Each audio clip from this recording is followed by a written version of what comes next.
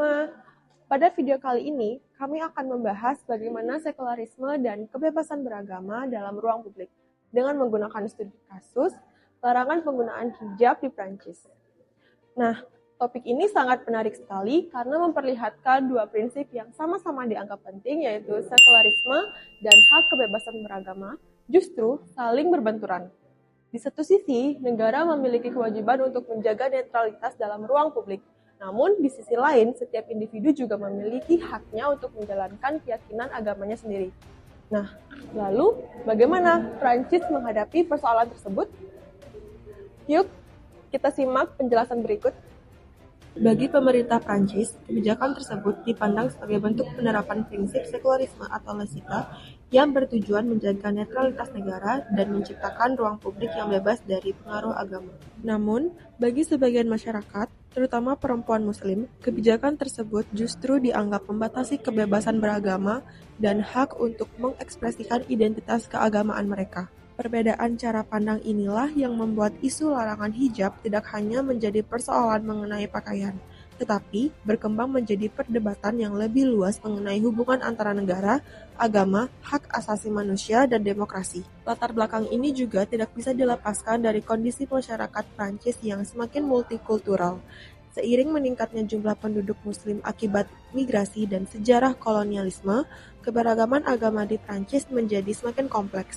Kondisi tersebut mendorong pemerintah untuk terus mempertahankan prinsip laicite sebagai dasar kehidupan bernegara.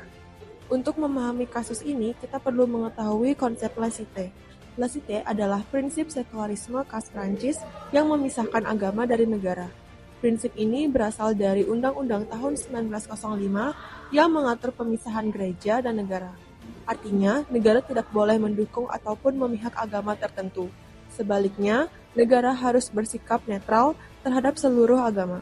Netralitas ini kemudian diterapkan pada berbagai institusi publik seperti sekolah, kantor pemerintahan, hingga pelayanan publik. Dalam kajian teori, terdapat dua model sekularisme. Yang pertama adalah sekularisme republikan atau assertive secularism. Model ini menganggap negara harus aktif membatasi simbol-simbol agama di ruang publik demi menjaga persatuan dan kesetaraan warga negara. Sedangkan model kedua adalah sekularisme liberal.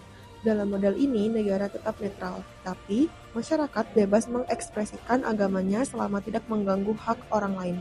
Nah, Prancis ini termasuk negara yang menerapkan model sekularisme republikan. Melalui penelitian ini, kami ingin menjawab 3 pertanyaan utama. Pertama, bagaimana konsep laicite membentuk kebijakan larangan hijab di Prancis? Kedua, bagaimana kebijakan tersebut dipandang dari perspektif kebebasan beragama? Dan yang ketiga, apakah larangan hijab lebih mencerminkan perlindungan terhadap sekularisme atau justru menjadi pembatasan terhadap hak kebebasan beragama? Untuk memahami kebijakan larangan hijab, kita perlu melihat sejarah sekularisme di Prancis. Awalnya, pada masa sebelum Revolusi Prancis tahun 1789, Gereja Katolik memiliki pengaruh yang besar terhadap pemerintahan.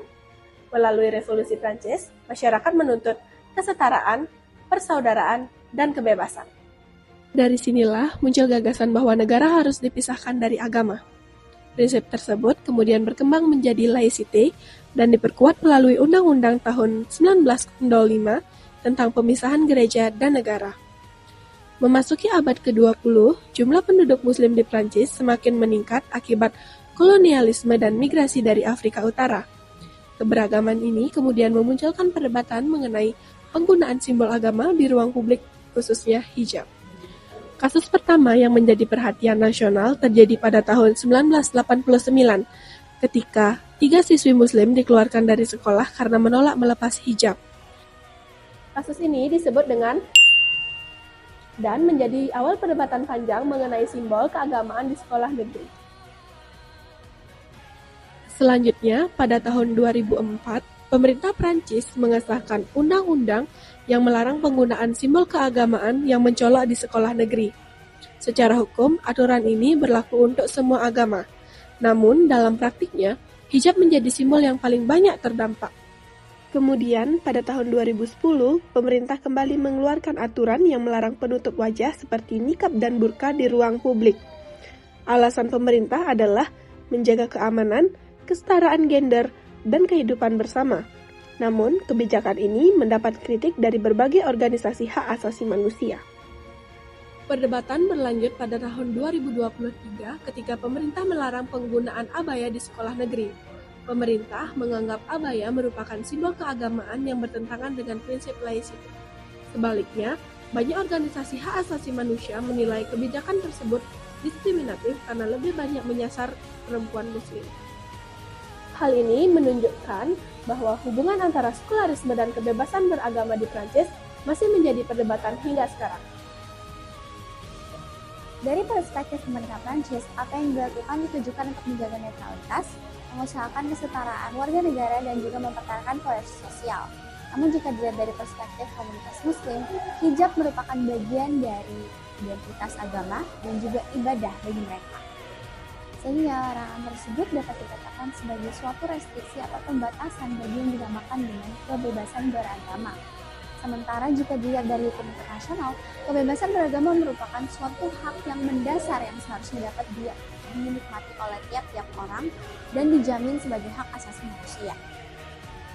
Meskipun negara pada akhirnya tetap dapat melakukan yang namanya pembatasan atau restriksi, namun pembatasan yang dilakukan juga perlu diperhatikan dasarnya. Apakah dia benar-benar perlu dilakukan ataukah dia bersifat proporsional. Nah, apa yang terjadi di Prancis menunjukkan adanya gap atau kesenjangan yang begitu besar di antara prinsip sekularisme yang telah lama dianut oleh negara tersebut dan juga perlindungan akan hak asasi manusia. Sehingga tantangan utama yang kemudian dihadapi adalah bagaimana kemudian negara dapat menjaga dan mempertahankan netralitasnya tanpa mereduksi hak dari kepentingan kaum minoritas dalam menjalankan keyakinannya. Terima kasih sudah mendengarkan penjelasan dari kelompok kami. Thank you for watching.